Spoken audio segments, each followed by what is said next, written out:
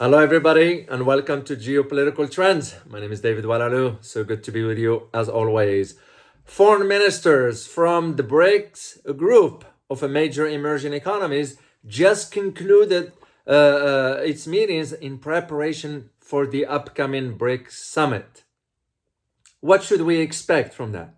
In this video, I'm going to provide you my brief analysis as to what lies ahead for BRICS and answer the fundamental question of whether the Russian President Vladimir Putin will be attending the meeting or the summit or not. But before I'll do this, I'd like to always express my sincere thanks to the channel's members and supporters, and to you if you're already a subscriber. And if this is your first time landing on this channel, please make sure to subscribe and smash that notification button so you will be notified every time I upload a new video. And thank you all for your continued support.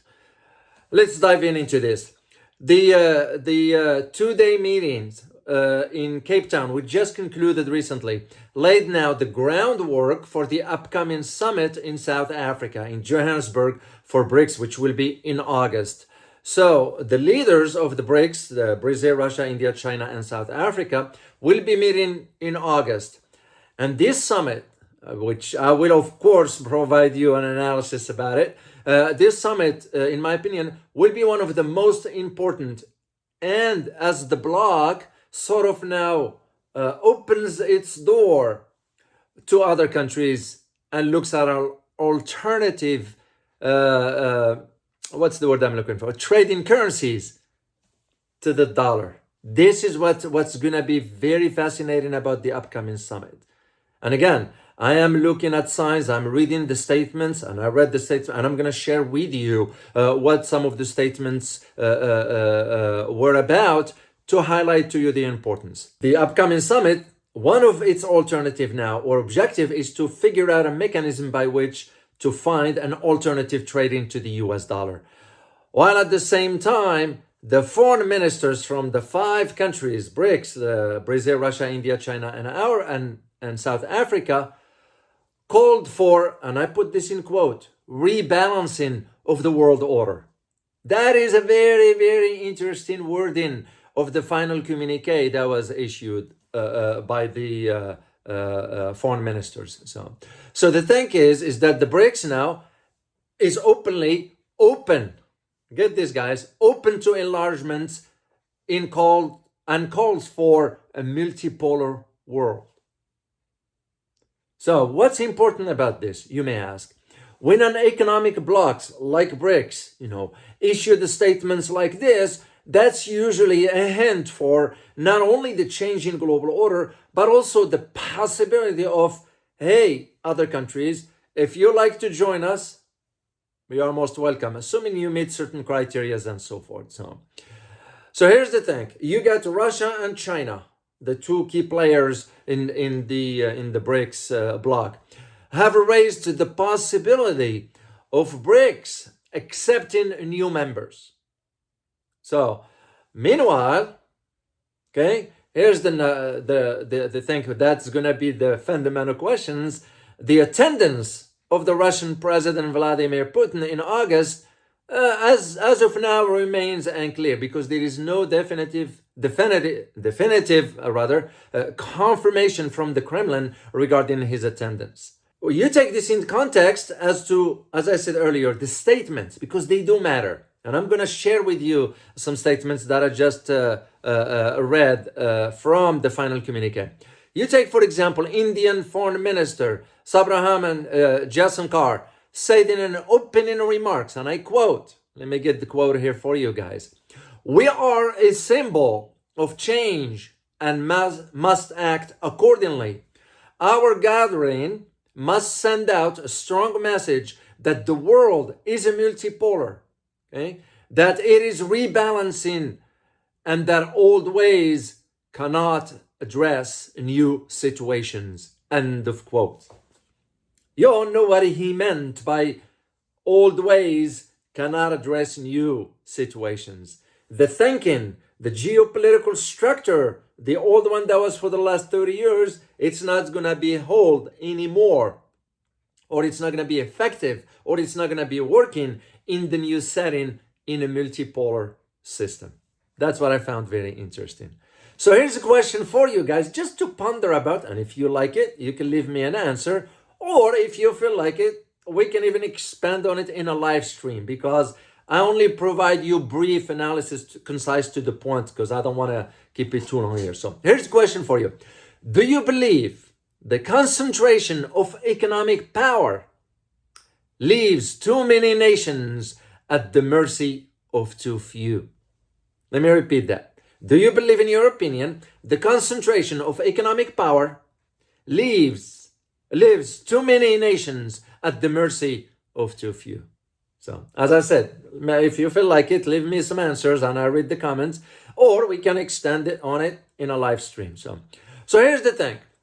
What BRICS foreign ministers discussed during this meeting. So the BRICS, by the way, as you may know, I'm sure you do, just in case some do not know, BRICS, it's a group comprised of Brazil, Russia, India, China, and South Africa. So the talks that took place among the top envoy from the groups, they centered on the potential use of alternative currencies to the US dollar for international trade. This is another keyword. Remember, it didn't say for bilateral trade. It's for international trade. And also strengthening the group's new development bank. Why is this important? Well, on two fronts. On the first one, international trade, that's a subtle message for, like I said earlier, BRICS telling countries, hey, we are open for business if you are interested, assuming you made certain criteria. And the second one has to do with the strengthening of the new development bank. Why is this important? Because as the time of this recording, there is a conversation going on between Saudi Arabia and the new development bank. Saudi Arabia wants to join the joint development bank because adding members like Saudi Arabia will boost the new development bank's financial muscle. You have to look at it from a business perspective also. So, like I said, Saudi Arabia is in talks right now to join the new development bank, and usually that is the first step to joining BRICS. So, the foreign ministers of the bloc also discussed reforming global decision making, which I found very interesting. What are we talking about here? We're talking about the statements by the South African foreign minister. Her name is Naledi Pandor, who criticized, and rightly so, criticized the lack of permanent African representation at the UN Security Council. Well, it's about time to restructure or change the structure of the UN Security Council. You all know there are only 5 permanent members, and they decide for the rest of the world. And it can be. There are more than just 5 countries in the world. You know, you have China, you have Russia, you have UK, US, and Canada. The 5 permanent members. So, but it's about time. It has to change somehow. As a matter of fact, I do recall a couple of years ago, Russia was calling for restructuring this. You give some sort of a temporary memberships to rotate it, you know, not a permanent. So I can see her argument. So the other question that we need to wonder is, could BRICS, by the time they meet in August, expand to include new members? I believe so. And even the Russian foreign minister, Sergei Lavrov, said, and I quote, more than a dozen, end of quote, countries had expressed interest in joining the BRICS group. Yeah, so the possibility of the expansion is there.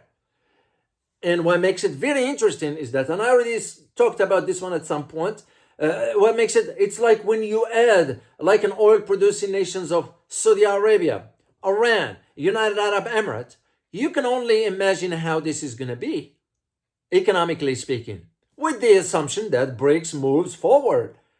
Otherwise, BRICS is going to be just a hollow, an empty hollow per se. And they need to be careful about when you call for the change into the multipolar system, you have to prove that indeed you are contributing to that change in the global system. So the next consideration, it's going to be like how this issue of enlargement of BRICS is going to be managed per se. And this is something they discussed during the recent meeting that was just concluded. As a matter of fact, Saudi Arabia, the prime minister, the foreign minister, Sergei Lavrov, had a conversation with his counterpart from Saudi Arabia, Faisal bin Farhan, who is, by the way, this foreign minister of Saudi Arabia is in Cape Town. So they already had a conversation about it, because the expansion will have to be managed accordingly. Otherwise, it will be a problem. So the Chinese vice foreign minister, Mao Zedong, I hope I pronounce it correctly, he said that Beijing expects the group to take on a new member. And I'm going to share the quotes from him with you here. He said, and I quote, "We expect more countries to join our big family." End of quote. It's an interesting saying.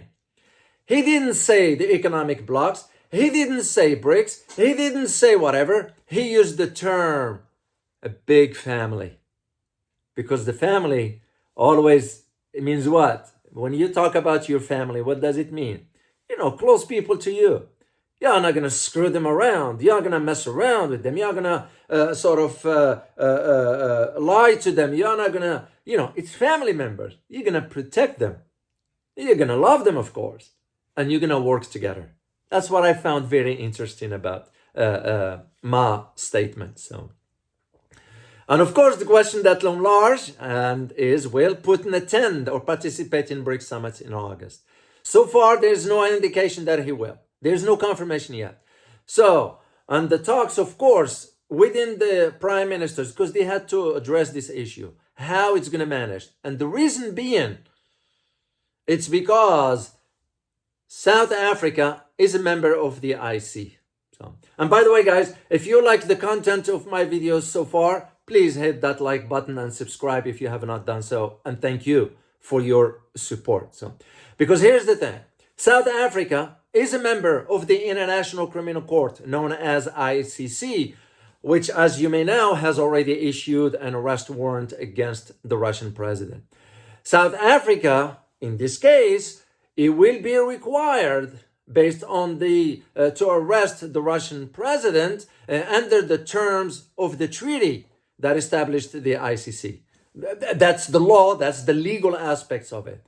However, South Africa, as we speak now, as the time of this recording, it is sort of wondering about a legal mechanism by which, how they're going to look at this issue, because South Africa is inviting the Russian president. And if anything about international protocol and diplomacy and so forth, when a head of state is invited, the country that extended the invitation will have to ensure the security of that head of state.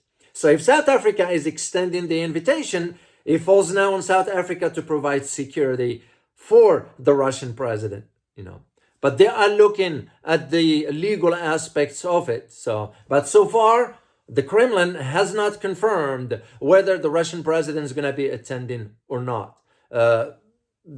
I don't know. Maybe they wait until probably next month. I don't know. I don't have an answer yet, but I am keeping an eye open as to where I could get an indication whether he will attend the summit or not. And like I said earlier, guys, if you want me to elaborate more in this, we can do it in a live stream. Just leave me comments that you guys want that, and I will be happy to do it. So here's my brief conclusion for you. One thing is sure. You and I, we live right now in a historic moment in the history of the world. Why? Because we are witnessing the shift of the global order from a unipolar to a multipolar. That is a historical fact. So consider yourself lucky to be alive, to witness this, because we are witnessing this one. So once again, guys, if you like the content of my video, please hit that like button and subscribe. I will truly appreciate it. And as always, remember, geopolitics impact your daily life in more ways than one. Till next time, guys. Bye-bye.